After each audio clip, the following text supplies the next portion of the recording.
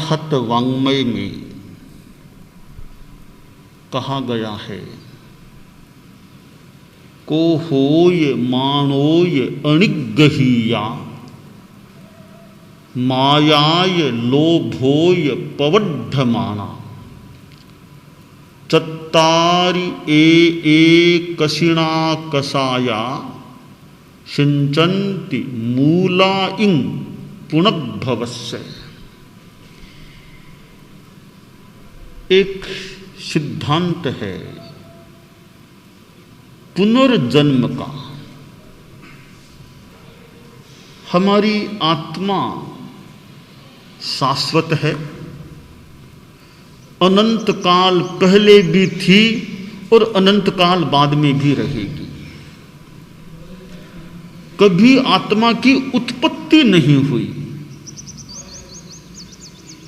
और अनादिकाल से आत्मा एक जन्म के बाद दूसरा जन्म, यह क्रम संसारी अवस्था में चल रहा है। कोई यह पूछे कि यह जन्म लेने की परंपरा हमारी आत्मा की शुरू कब हुई, या आत्मा पैदा कभी हुई थी क्या? करोड़ वर्ष पहले, एक अरबों वर्ष पहले, एक खरबों वर्ष पहले, किस दिन कब यह आत्मा हमारी पैदा हुई? तो पैदा कब हुई, दिनांक तिथि कुछ भी बताना संभव नहीं। यानी आत्मा कभी पैदा हुई ही नहीं। कोई यह पूछ ले ये आकाश पैदा कब हुआ, हजारों खरबों पहले कभी आकाश पैदा हुआ था क्या? आकाश कभी पैदा नहीं, आकाश हमेशा ही था, कभी पैदा नहीं हुआ है। यह तो कह सकते भी अमुक महापुरुष का जन्म तब हुआ, यह तो कह सकते जन्म तब हुआ। महापुरुष का जन्म कब हुआ भी, भगवान महावीर कब जन्मे थे, तो मान लो बता दे भी कि यह कोई BC 599 चैत्र शुक्ला त्रयोदशी को हुआ, बता सकते हैं जो प्राप्त होता है। परंतु महावीर की आत्मा कब पैदा हुई यह नहीं बताया जा सकता, वो तो हमेशा ही थी। कोई यह पूछे ये आत्माएं कभी समाप्त होंगे क्या, समाप्त कब होंगे? तो जैसे उत्पत्ति कभी नहीं हुई वैसे ही आत्मा की समाप्ति भी कभी नहीं होगी। अनादि अनंत अनादि निधन रूप से हर आत्मा चल रही है। तो आत्मा शाश्वत है, परंतु पर्याय परिवर्तन होता रहता है, पड़ाव बदलते रहते हैं। जब तक मोक्ष न हो जाए कभी आत्मा मनुष्य की योनि में चली जाए, कभी त्रियंच पशु आदि की योनि में, कभी देवगति में, कभी नरक में, और ऐसी ऐसी आत्माएं भी हैं जो आज तक अनंत अनंत काल से केवल वनस्पति काय में ही है। वे वनस्पति काय से कभी बाहर निकली ही नहीं है, बस वही जन्म वही मृत्यु, वही जन्म वही मृत्यु। न वो कभी पशु बनी, न देवता बनी, न नरक में गई, न मनुष्य बनी, हमेशा त्रियंच गति में भी केवल वनस्पति काय में ही हमेशा से रही है। ऐसी आत्माएं भी हैं, परंतु वहां भी नवीनीकरण होता है। जन्म मृत्यु, जन्म, वहां भी जन्म मृत्यु, ऐसा नहीं कि अनंत काल से वही है, वही, पर नया नया जन्म मृत्यु का क्रम वहां भी चलता रहता है। पुनर्जन्म आत्मा का होता है, यह एक सिद्धांत है, और जैन दर्शन में तो स्पष्ट है पुनर्जन्म होता है। अब प्रश्न है कि पुनर्जन्म क्यों होता है, उसका कारण क्या है? कोई कारण तो होगा ना, क्यों होता है पुनर्जन्म? उसका कारण शास्त्रकार ने बताया है कि जब हमारी आत्मा में ये गुस्सा, मान, माया, लोभ आदि प्रबल रहते हैं, ये रहते हैं, ये कसाय, गुस्सा, अहंकार, माया, लोभ तो प्रबल हैं, अनियंत्रित हैं, ये पुनर्भव के मूल को सिंचन देते हैं। आगे से आगे, आगे से आगे फिर यह परंपरा चलती रहती है। तो कर्म के कारण से, कसाय के कारण से पुनर्जन्म होता है।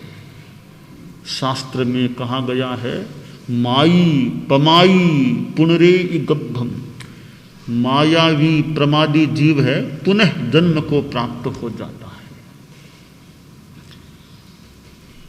अब एक प्रश्न पैदा होता है कि भाई कैसे माने कि पुनर्जन्म होता ही है? इसका क्या प्रमाण है हमारे पास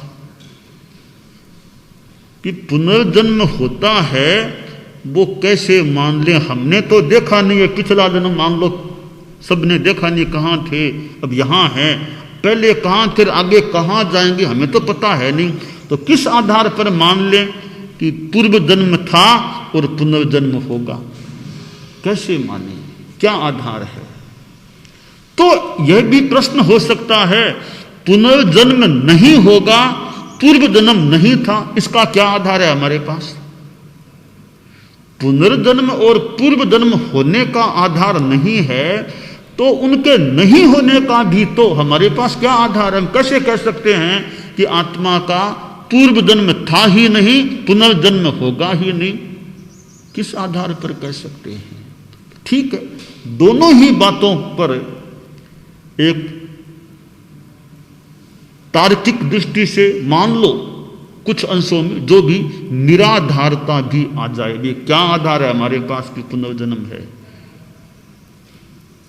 हालांकि पुनर्जन्म को सिद्ध करने के लिए कुछ बातें बताई जा सकती हैं। जैसे बच्चा पैदा हुआ, बच्चा रोता क्यों है?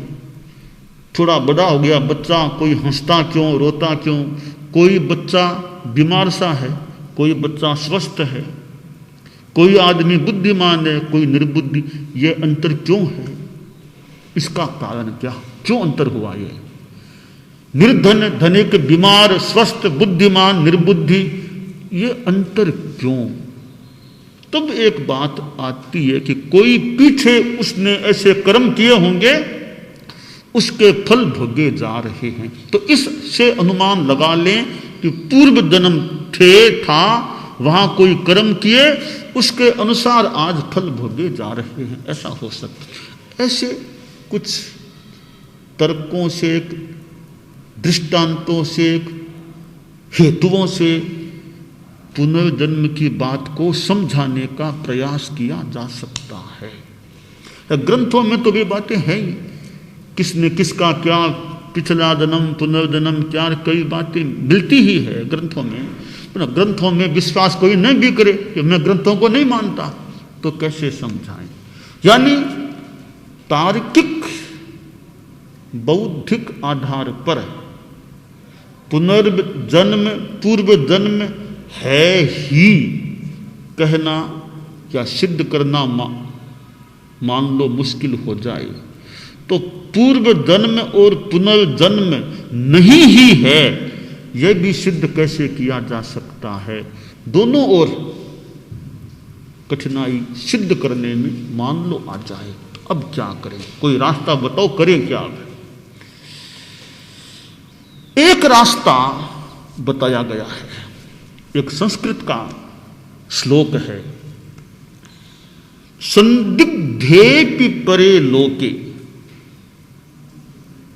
त्याज्य मेवा शुभम बुधई या कार्यमेव शुभम बुधई यदि नास्ति ततः किं स्यात् अस्ति चेन नास्तिको हतः।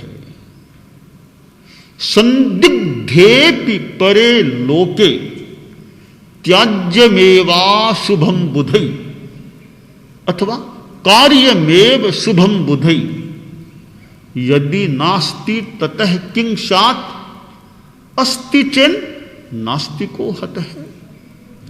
सुंदर एक पथ दर्शन दिया गया है कि परलोक के बारे में, पुनर्जन्म के बारे में संदेह है, यह विषय संदिग्ध है, विवादास्पद है, तो क्या करें? कि भी क्या करें? दो काम करो। पहला काम, अशुभ काम, पाप का काम छोड़ दो, पाप का काम मत करो। दूसरा, शुभ काम, पवित्र धार्मिक काम करो। ऐसा करने से क्या होगा? पाप को छोड़ने से क्या हुआ?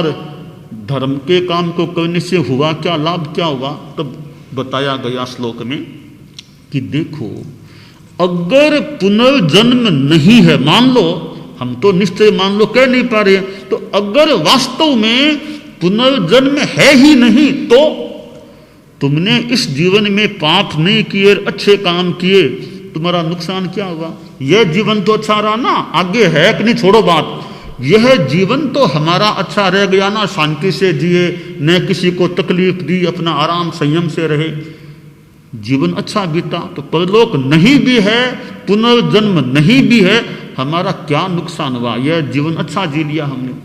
अगर पुनर्जन्म है, अगर कर्मवाद है, तो हमने पाप नहीं किया, हमें आगे खराब फल नहीं मिलेगा, हमने अच्छे काम किए, हमें आगे अच्छा फल मिल जाएगा, तो लाभ का सौदा हो जाएगा। पुनर्जन्म नहीं है तो भी पाप नहीं करना चाहिए, पुनर्जन्म है तो भी पाप नहीं करना चाहिए, पुनर्जन्म नहीं है तो भी अच्छा काम करना चाहिए, धार्मिक काम।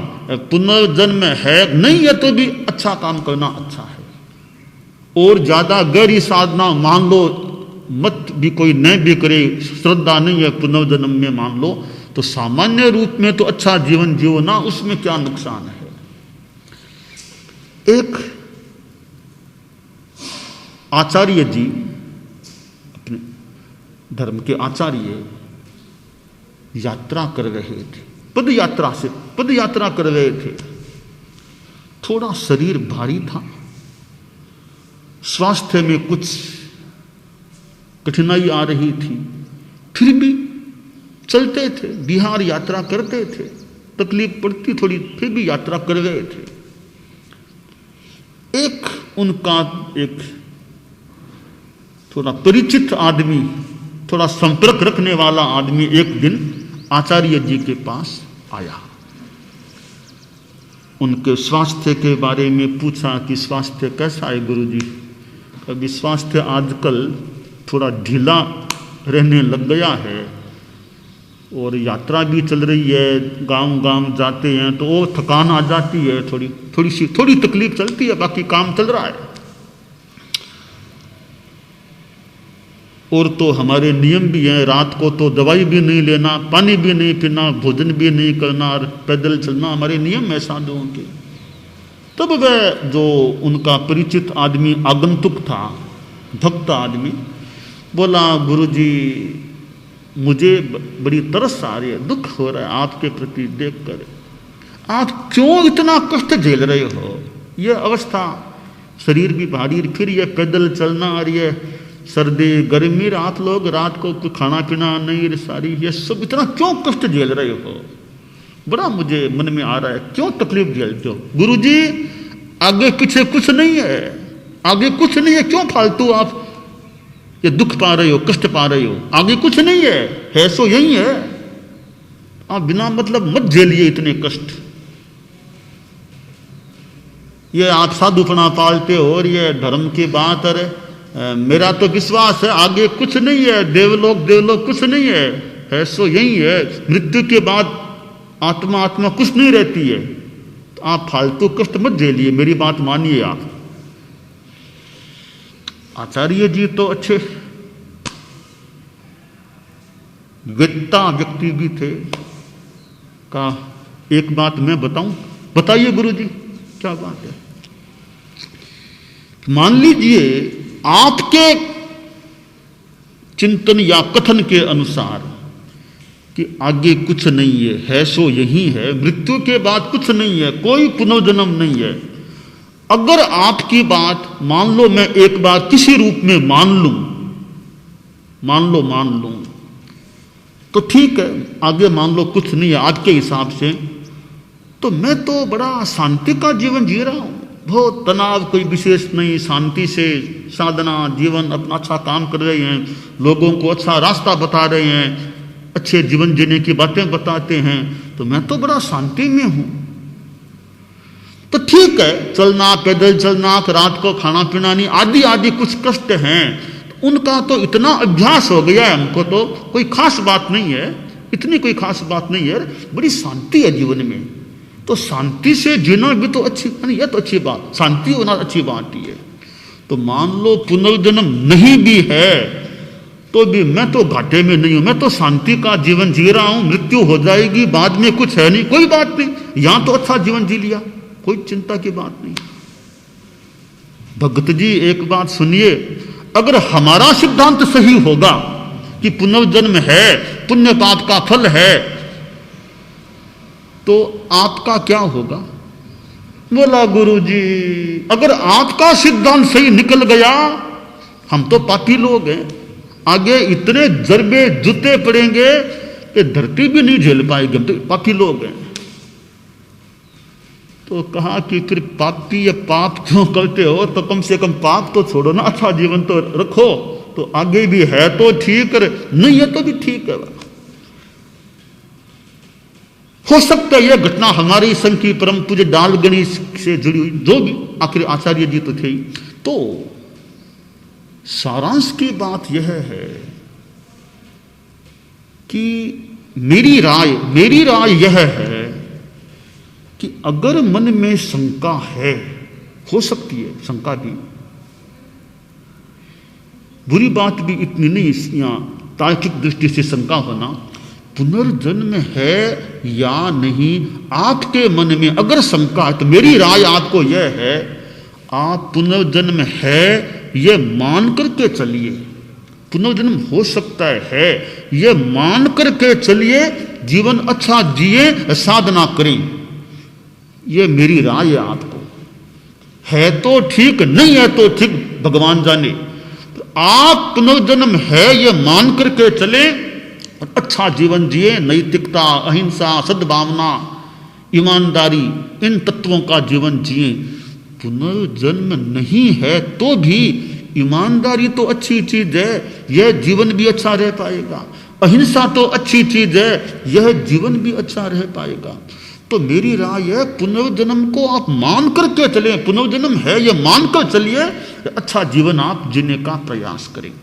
तो देखिए, हम लोग जो ये साधुपन, साधना का पथ लेते हैं, इसका एक बड़ा आधार यही है कि पुनर्जन्म है या मान करके चलते हैं, ताकि आत्मा आगे से आगे जन्म मरण करती है, वो श्रृंखला टूटे, बंद हो जाए और मुक्ति श्री प्राप्त हो जाए, जहां जाने के बाद न जन्म है न मृत्यु, राग है न द्वेष, कुछ नहीं, शुद्ध आत्मा का स्वरूप है। उस अवस्था को पाने के लिए मूलतः सिद्धांततः यह साधुपन की स्वीकृति होती है, ऐसा मान करके चले। आप लोग जो श्रावक होते हैं वो भी तो आखिर आत्मवाद को मान करके कि आत्मा है, पुनर्जन्म है, कर्म है, पुण्य पाप का फल है, ये मान करके चलते हैं, तभी तो श्रावकत्व का अधिक अधिक महत्व है। अगर आत्मा का अस्तित्व मृत्यु के बाद है ही नहीं, अगर यह सिद्धांत वास्तव में सही होता या हो, तो मेरे ख्याल से साधुपना लेने की इतनी कोई अपेक्षा है ही नहीं, इतनी अपेक्षा नहीं, इतना कष्ट कोई झेले। परंतु पुनर्जन्म है यह मान करके चलना चाहिए, और उस आधार पर मानो कि हमने ये साधना का पथ स्वीकार किया, हम आशावादी, आशा कि आत्मा है, पुनर्जन्म की सिद्धांत की बात सही है, यह मानकर चलते हैं या चलें, और कभी हमारे पुनर्जन्म की परंपरा का विनाश हो जाए और मुक्ति प्राप्त हो जाए। तो यह जन्म मृत्यु का चक्र चलता है। जैसे आप लोग गृहस्थ हैं, आपने कपड़े पहन रखे हैं, कपड़े फटेंगे, मान लो फट गए, आप फटे हुए कपड़ों को छोड़ करके नए कपड़े पहन लेते हैं, हम भी पहन लेते हैं, नए कपड़े ले लेते हैं। जीर्ण शीर्ण कपड़े को छोड़ करके नया कपड़ा धारण कर लेते हैं। इसी प्रकार आत्मा एक शरीर को छोड़ करके दूसरे शरीर को धारण कर लेती है। यह क्रम है दुनिया का, यह सिद्धांत है कि जन्म के बाद मृत्यु और मृत्यु के बाद पुनर्जन्म, जब तक आत्मा को मोक्ष न मिल जाए तब तक यह जन्म मृत्यु का क्रम चलता है। आज तक हमने अनंत अनंत जन्म मरण कर लिए हैं, ये कर लिए हैं, पर आगे अनंत करेंगे ही, यह जरूरी नहीं है। कुछ जन्मों के बाद कई कई आत्माओं को इस संसार से मुक्ति मिल सकती है, मोक्ष की प्राप्ति हो सकती है। तो धर्म की साधना का मूल लक्ष्य मोक्ष की प्राप्ति, आत्मा मोक्ष को प्राप्त हो। जीवन जीने का भी एक लक्ष्य यही होना चाहिए कि इस जीवन में कुछ ऐसा करें कि मोक्ष की प्राप्ति इस जीवन के ठीक बाद हो, नहीं भी हो तो कम से कम मोक्ष के निकट तो हो जाएं, निकट हो जाएं और कभी मुक्ति मिल भी जाए। तो यह पुनर्जन्म का सिद्धांत है, एक अच्छा मननीय विषय है।